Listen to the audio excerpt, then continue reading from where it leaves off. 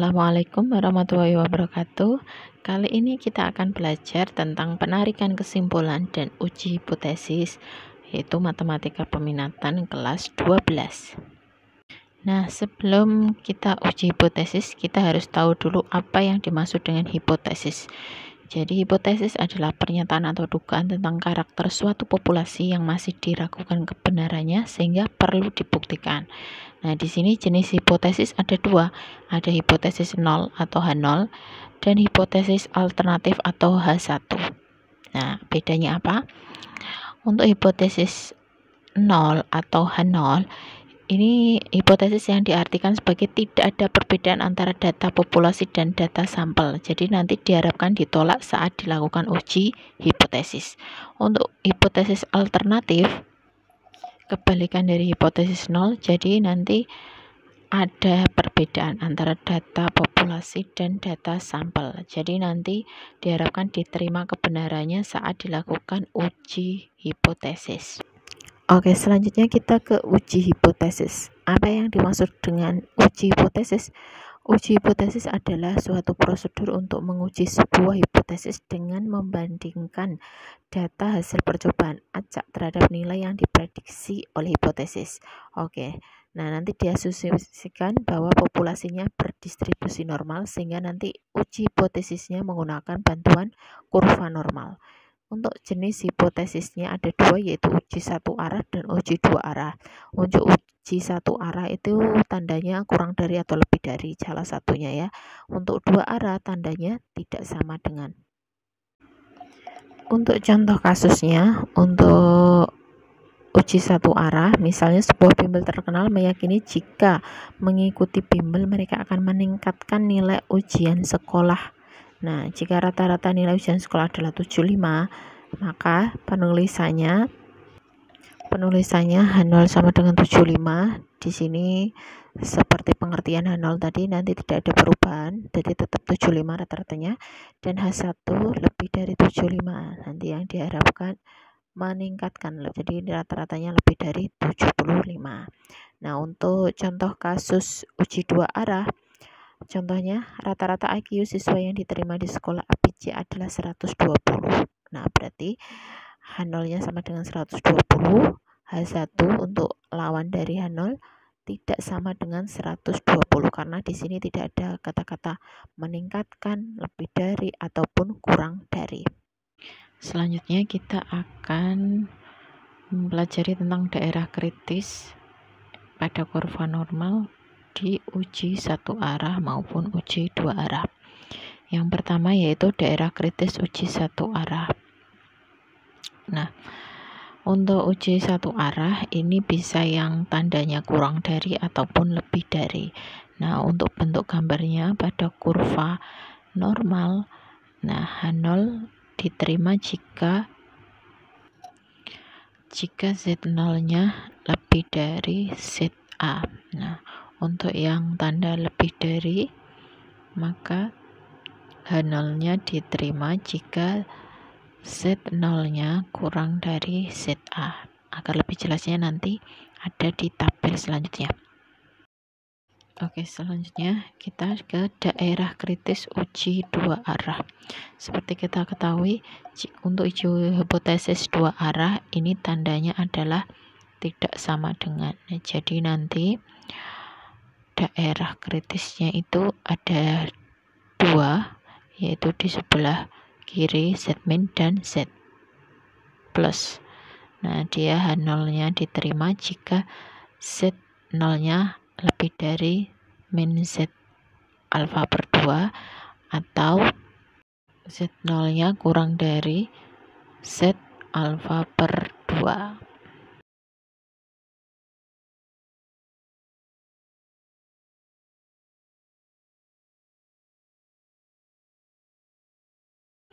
Selanjutnya kita ke prosedur pengujian hipotesis. Jadi untuk menguji hipotesis, langkah-langkahnya atau prosedurnya sebagai berikut. Yang pertama, membangun hipotesis. Yang kedua, menentukan level signifikansi.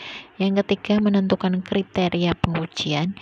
Yang keempat, menghitung nilai uji statistik. Yang kelima, menarik kesimpulan. Nah, untuk membangun hipotesis tadi, dia dilihat apakah dia uji satu arah atau uji dua arah. Nah, nanti bisa dibuat hipotesisnya. Kemudian level signifikansi biasanya sudah diketahui. Nah, selanjutnya kriteria pengujian. Nah, untuk menentukan kriteria pengujian, kita lihat tabel berikut. Nah, ada bentuk hipotesis dan kriteria pengujian. Hipotesis yang kolom kedua dan kolom ketiga itu menunjukkan uji hipotesis satu arah. Kemudian kolom keempat itu adalah uji hipotesis dua arah. Seperti yang dijelaskan pada daerah kritis tadi, untuk uji satu arah yang lebih dari H0 diterima jika Z0-nya kurang dari sama dengan ZA, dan sebaliknya ditolak jika Z0 lebih dari ZA. Untuk uji satu arah yang kurang dari H0 diterima jika Z0-nya lebih dari sama dengan ZA, dan ditolak jika Z0-nya kurang dari ZA. Untuk uji dua arah yang tidak sama dengan H0 diterima jika Z0-nya antara min Z alfa per 2 sampai Z alfa per 2, tapi ditolak jika dia Z0-nya kurang dari min Z alfa per 2 atau Z0-nya lebih dari Z alfa per 2. Selanjutnya kita ke nilai uji statistik. Nah, rumus dari nilai uji statistik yaitu Z0 sama dengan X bar dikurangi mu 0 dibagi tau per akar N, di mana keterangannya adalah sebagai berikut. Untuk Z0 adalah nilai Z hitung yang dicari, X bar adalah rata-rata sampel, mu 0 adalah dugaan rata-rata populasi, tau adalah simpangan baku, dan N adalah jumlah sampel. Selanjutnya kita ke penarikan kesimpulan. Nah, setelah kita uji hipotesis, kita lihat daerah kritisnya. Nah, kita tarik kesimpulannya. Nah, berdasarkan Z hitung dan daerah kritisnya tadi dapat disimpulkan jika Z0-nya masuk di daerah penerimaan H0, maka H0-nya diterima dan H1 ditolak. Begitu juga jika Z0-nya masuk di daerah penolakan H0, maka H0-nya ditolak dan H1 diterima. Nah, agar lebih memahami tentang materi uji hipotesis, mari kita masuk ke contoh soal. Soal yang pertama, sebuah perusahaan alat olahraga mengembangkan jenis barang pancing sintetik yang diklaim mempunyai rata-rata 8 kg dan simpangan baku setengah kilogram. Telah diketahui bahwa sampel 50 pancing sintetik rata-rata kekuatannya adalah 7,8 kg dengan taraf signifikansi sebesar 0,01. Ujilah hipotesis bahwa rata-rata populasinya tidak sama dengan 8 kg. Berdasarkan soal di atas, kita tahu bahwa menggunakan uji hipotesis dua arah karena ada kata-kata tidak sama dengan, berarti menggunakan uji hipotesis dua arah, sehingga langkah penyelesaiannya sebagai berikut. Yang pertama, kita tentukan dulu hipotesisnya. Karena dia uji dua arah, maka H0-nya mu sama dengan 8 kilo dan H1 mu tidak sama dengan 8 kilo. Untuk yang B, taraf signifikansinya atau alfanya sudah diketahui yaitu 0,01. Oke, setelah kita membangun hipotesis dan menentukan level signifikansinya, selanjutnya kita akan ke kriteria pengujian. Nah, tadi uji hipotesisnya adalah uji dua arah atau two-tailed. Jadi, kita bisa menggunakan daerah kritisnya yang di kiri dan di kanan kurva normal itu yaitu Z alfa per 2 dan min Z alfa per 2. Nah, alfanya tadi 0,01, maka daerah kritisnya diperoleh Z alfa per 2 nya berarti 0,01 dibagi 2 yaitu 0,005.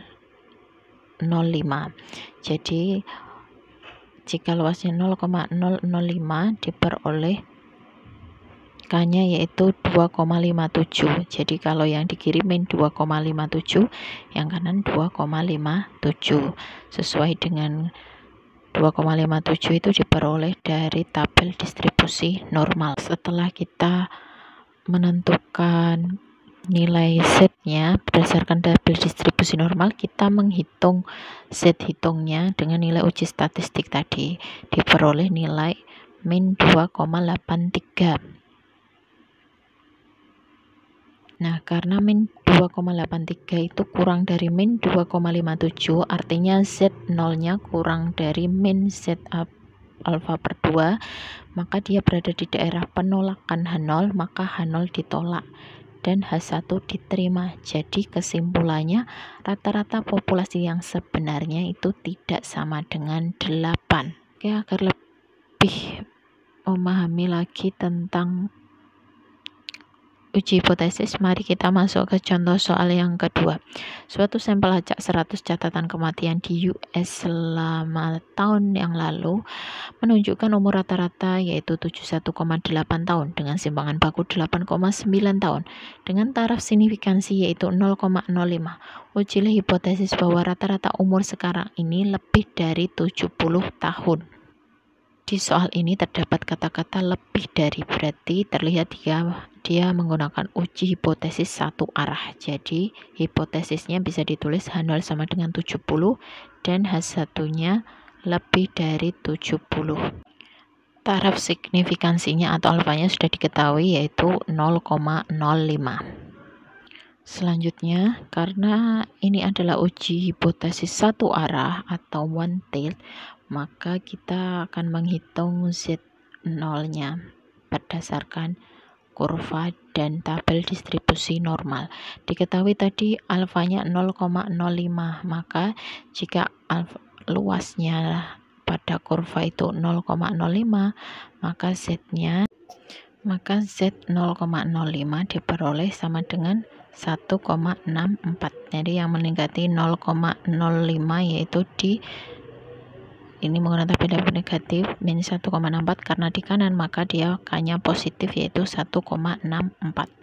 Kemudian untuk perhitungannya Z hitung diperoleh nilai 2,02, sehingga kesimpulannya karena 2,02 itu lebih dari 1,64,